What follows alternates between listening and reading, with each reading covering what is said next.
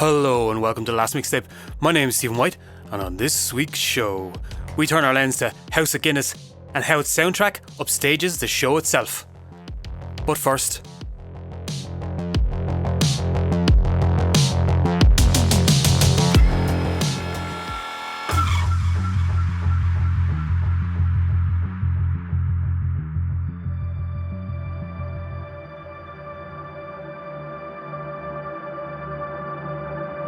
when empire is declaring its worth, it does so on such a huge scale that even hundreds of years later, it's still impressive. London is an impressive city to be in because they took money from everywhere. Yeah.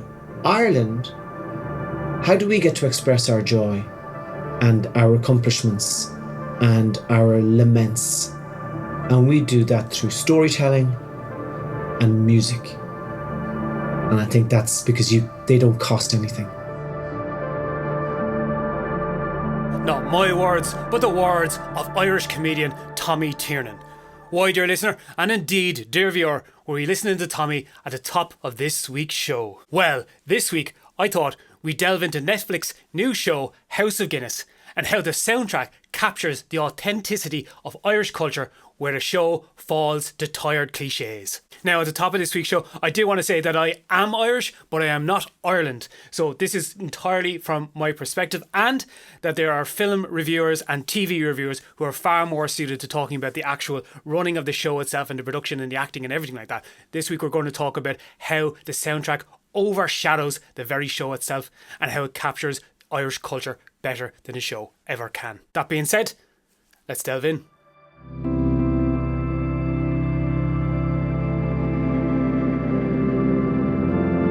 There are certain moments in Irish life when the cultural mirror is held up to us and what stares back is not our own reflection but instead a caricature. Netflix's House of Guinness is one such moment. A grand production steeped in glossy period sets and brooding stares, but stripped from the marrow of Irish experience. For many critics here, it plays less like a drama and more like a masquerade. The Guardian's review didn't pull its punches, calling the depiction of Fenian characters as feral leprechauns, and the Irish Times accused it of mistaking costume for character. These are the indictments of a show that tries to summon up the weight of history, but ends up lost in pastiche as it reaches for something between the smoky lamplit streets of Peaky Blinders and a sensual costume drama of a Bridgerton. For all its candlelit rooms and sweeping camera pans, it reduces Ireland to a backdrop of cliches, never delving any deeper. And the timing makes this failure all the more glaring. The show is set in 1868, only 2 decades removed from the Great Famine, when Ireland was still haunted by hunger, loss and exile. A country caught between landlord rule and the undercurrent of rebellion, its very identity shifting under the shadow of empire. It was an age when the seeds of modern Ireland were sown. Yet what do we see on screen? Not a nation wrestling with trauma and survival, but the kind of gothic pageantry where the story of Ireland is softened into digestible spectacle and the complexities of British occupation are a mere afterthought. The great irony is this: at the very moment Ireland was brimming with voices demanding to be heard, House of Guinness silences them, offering instead a neat facsimile of Irishness for export. In doing so, it mistakes spectacle for truth, and this perhaps is its most damning flaw. But then the music comes in and suddenly the ground beneath the show shifts, because if the drama cannot find the pulse of Ireland, the soundtrack certainly does. And it does so by not retreating into safe nostalgia, but by giving the stage to Ireland's most vital contemporary voices, using the same anachronistic needle drop approach of Peaky Blinders but through an Irish context. The lineup is striking. Fontaines D.C, Kneecap, Lankum, Lisa O'Neill, the Mary Wallopers. These are not decorative choices, these are the very voices shaping cultural reclamation of Irish music today, a movement that refuses to let tradition be reduced to cliché. Fontaines D.C, with their jagged poetry of Dublin streets, raw, unvarnished, restless. Lankum, heavy with the weight of history, their songs a dirge and a battle cry in equal measure, rising the fog and mist of Dublin through the very cracks of the streets itself. Lisa O'Neill, timeless and haunting, a voice that could belong to 1868 or 2025, carrying grief and grace in the same breath. And the Mary Wallopers, bawdy, ungovernable, reminding us that rebellion is not only solemn, but joyous, drunken and alive in the crowd. Together, these artists do something the show itself cannot. They speak of Ireland's fractured, poetic, defiant and unafraid past through a modern lens. Their presence on the soundtrack collapses time, placing the struggles of the 19th century Ireland side by side with the Cultural Revolution happening in our own time.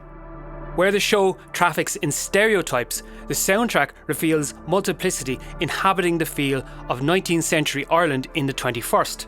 This playlist is a counterpoint to the show's staginess. In its very anachronism, the soundtrack finds authenticity, becoming the truest voice within House of Guinness. Where the show exaggerates or condenses the Irish as broad caricatures, the soundtrack dispels the caricature entirely. These artists embody modern Irishness in all its defiance, melancholy and wit. Not a fantasy version of the past, but a living culture that refuses to be flattened.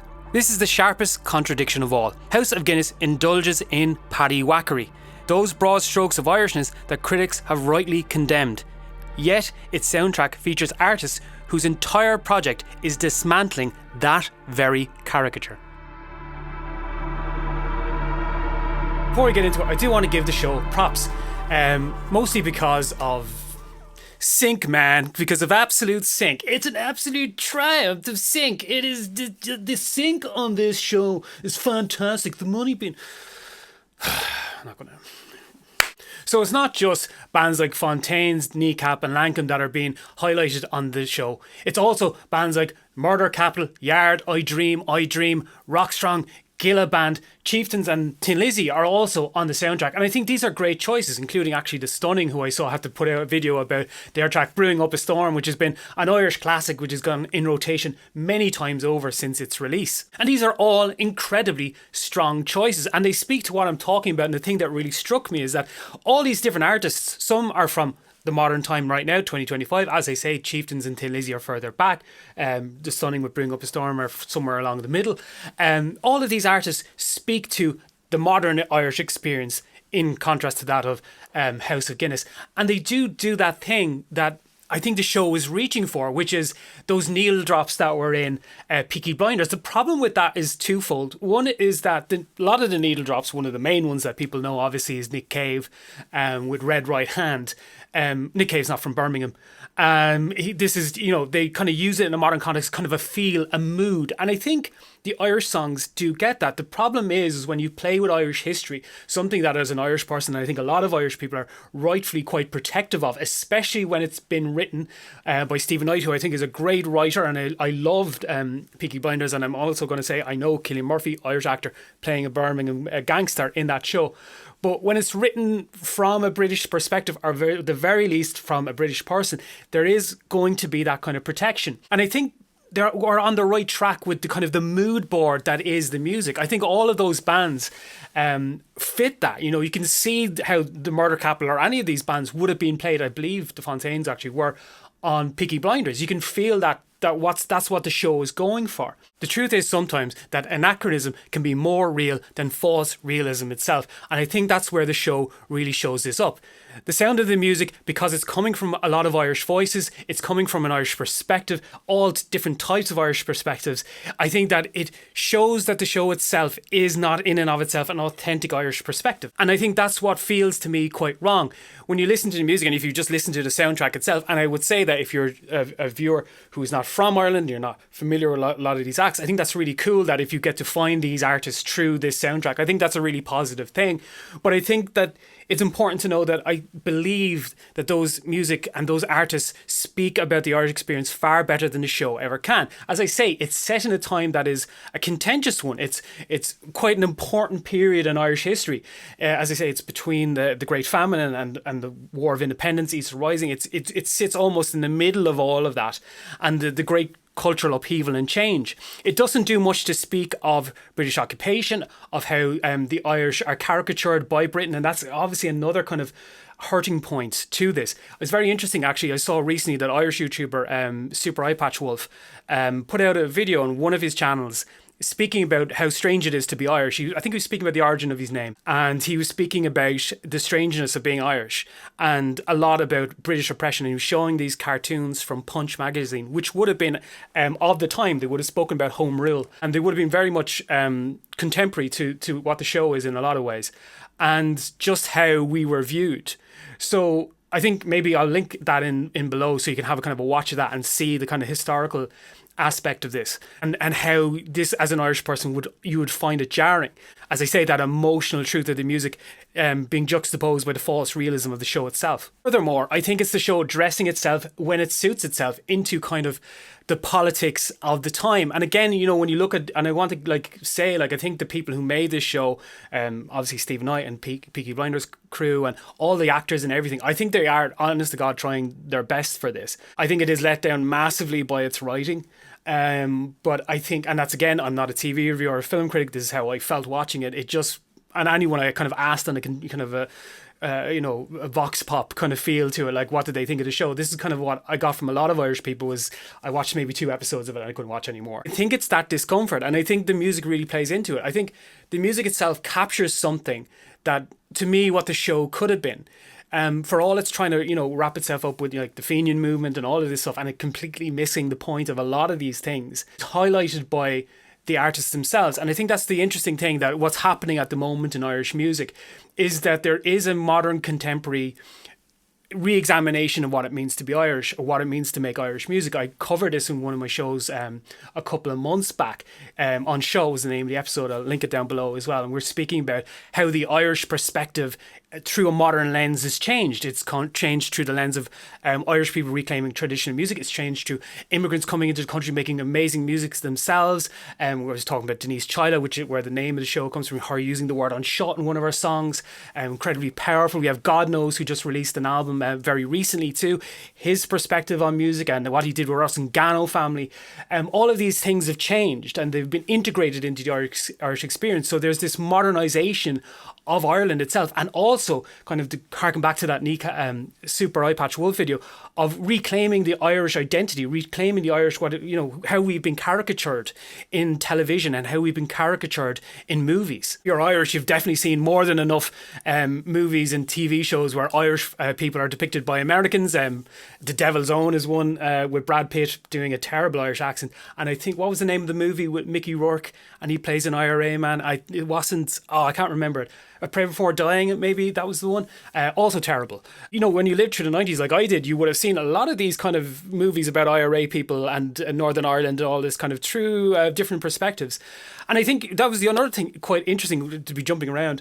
But I thought about this, like other shows that set against an Irish backdrop that really captured. And I think Derry Girls is probably the best example of really doing it well, where itself is set against the backdrop of Northern Ireland, set against the backdrop of the Troubles, and itself is a comedy in broad strokes. But it captures some of the comedy and the tragedy in the situation that they're in. It doesn't shy away from the realities of the world around it. It embraces it, and it conveys it through it. Now, obviously, House of Guinness is further back, and it's dealing with a bunch of toffs, the Guinnesses. Let's be honest. I don't think I'm going to shock anyone here by saying the Guinnesses were rich. They were. So I think that's where the show really falls to us. And I think as well, when it compares to what they did with Peaky Blinders, and again with the anachronistic needle drops, those felt contemporary and real to Britain, especially when it's coming from Birmingham, a working class town in the Midlands, where factories and all the smoke and the coal and everything. You can see why they would have picked the Guinness factories themselves. I walk through them every once in a while on my way home sometimes, and they are magnificent, and they are really a harken back to an old time. And I think that's where these two things contrast. Indeed, those Irish voices coming and shouting out, like I suppose Kneecap would get your Brits out in moments like that. It speaks to something that is real, and it speaks to something that is great, but it also feels like, the show never reaches it. And that the music itself captures it far, far better.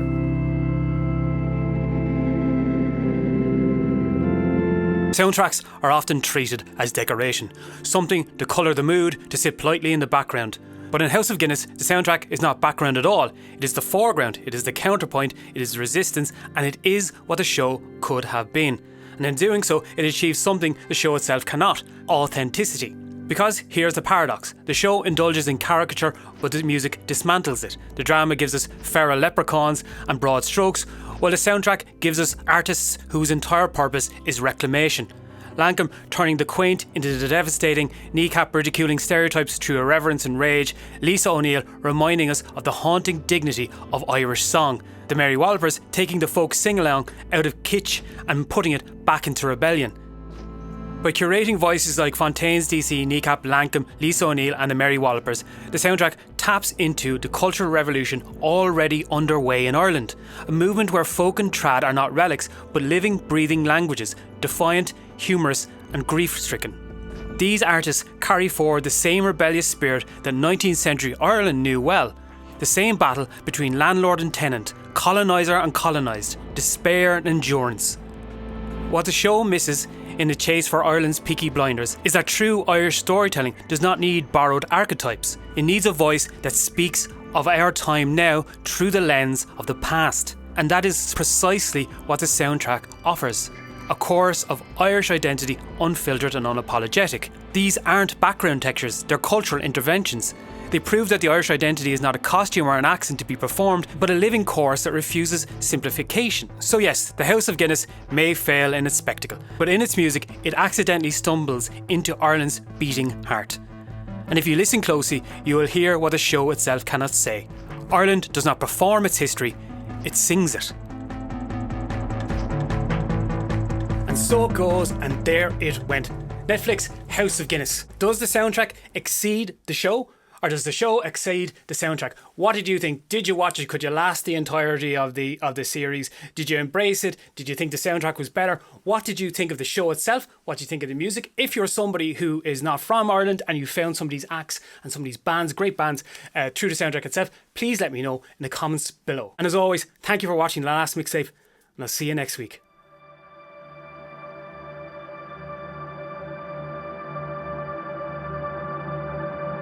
I want to also say is that in this oppression, in this robbery and murder, we sang sad songs, but we also came up with the fastest, happiest traditional music. So even though you're being beaten, part of the spirit is going, dance, fucking just dance.